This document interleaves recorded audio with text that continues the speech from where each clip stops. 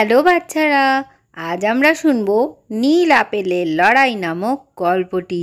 শুরু করা যাক তাহলে।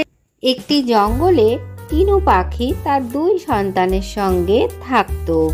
আর সেই জঙ্গলে একটি খুব বড় গুহাও ছিল, যার ভেতরে শুধু লাল পাখি যেতে পারত। সারা জঙ্গলে টিনুই ছিল শুধুমাত্র লাল রঙের পাখি।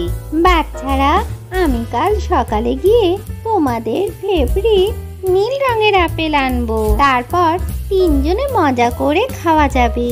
বাহ মা, নীল আপেল! সে তো সেই কালো গুহায় পাওয়া যায়, খুব মজা হবে তুমি আনলে।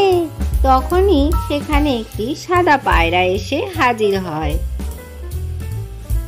আরে সাদা পায়রা, তুমি এখানে?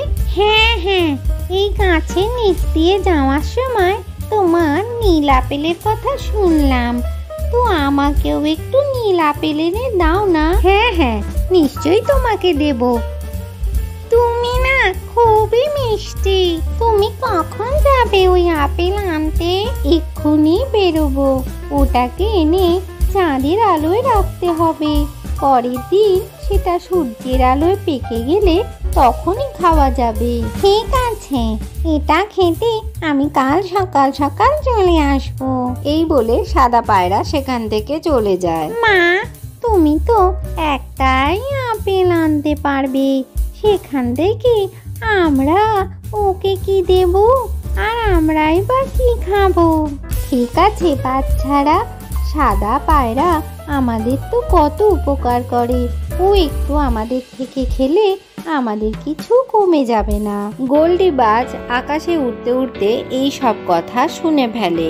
তারপরে নিচে এসে সে বলে, তুমি নাকি সাদা পায়রাকে নীল আপেল খাওয়াবে বলেছ, তাহলে আমাকেও একটুখানি দিও। আপেলের 4টে টুকরো হবে, 3টে আমরা খাবো আর একটা সাদা পায়রা। তুমি বরং পরের বারে খেও। ও আচ্ছা, এই ব্যাপার। তোমার ওই আপেল যেন চুরি হয়ে যায়। এই কথা বলে গোল্ডি বাজ সেখান থেকে চলে গেল। আচ্ছা বাচ্চারা, এবার আমি কালো গুহায় যাচ্ছি, তোমরা সাবধানে থেকো। এই কথা বলে টিনু পাখি গুহার উদ্দেশ্যে উড়ে যায়। তারপরে সে গুহা থেকে একটি আপেল নিয়ে নিজের জায়গায় চলে আসে। এরপরে টিনু পাখি আপেলটিকে চাঁদের আলোর নিচে রেখে দেয়।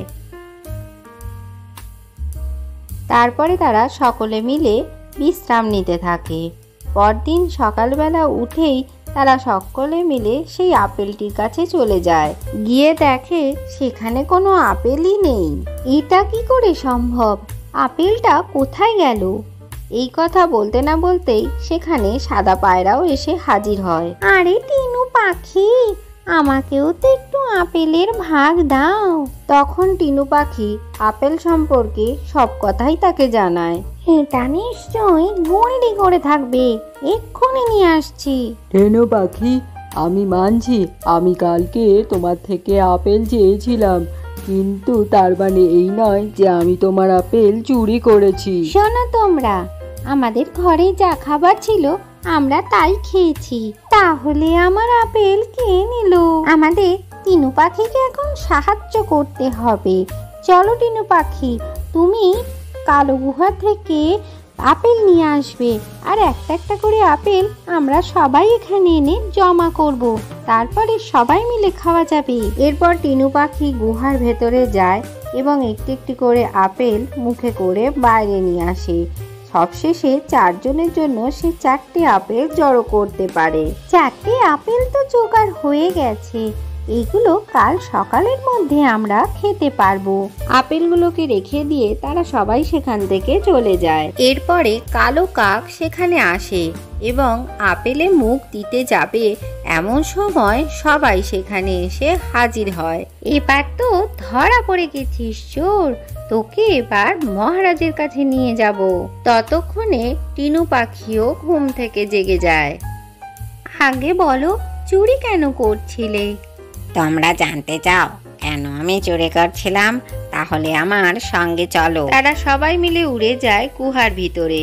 গিয়ে দেখে কাকের দুটি ছোট ছানা খুবই আহত অবস্থায় পড়ে রয়েছে। ওদের একটা মারাত্মক রোগ হয়েছে। বাঁদর আমাকে বলল, এই নীলাপি যদি ওদের 7 দিন খাওয়ানো যায় তাহলে ওরা সুস্থ হয়ে যাবে। তাই জন্যে আমি আপেল চুরি করেছিলাম। তোমার আমাকে একবার বলা উচিত ছিল। এই ছোট বাচ্চাগুলোর জন্য আমি 7 দিনই গুহায় যেতে রাজি। এখন শুধু টিনুই নয়, আমরা সবাই ওকে সাহায্য করব। এরপরে সব পাখিরা মিলে কাকের কাছে সেই নীল আপেল এনে দেয় এবং তার বাচ্চারা সেগুলো খেয়ে সুস্থ হয়ে যায়। আজকের গল্পটি থেকে কি শিখলে বাচ্চারা? কেউ বিপদে পড়লে তাকে অবশ্যই সাহায্য করা উচিত। ভিডিওটি ভালো লাগলে চ্যানেলটিকে লাইক ও শেয়ার করে সাবস্ক্রাইব করে দিও।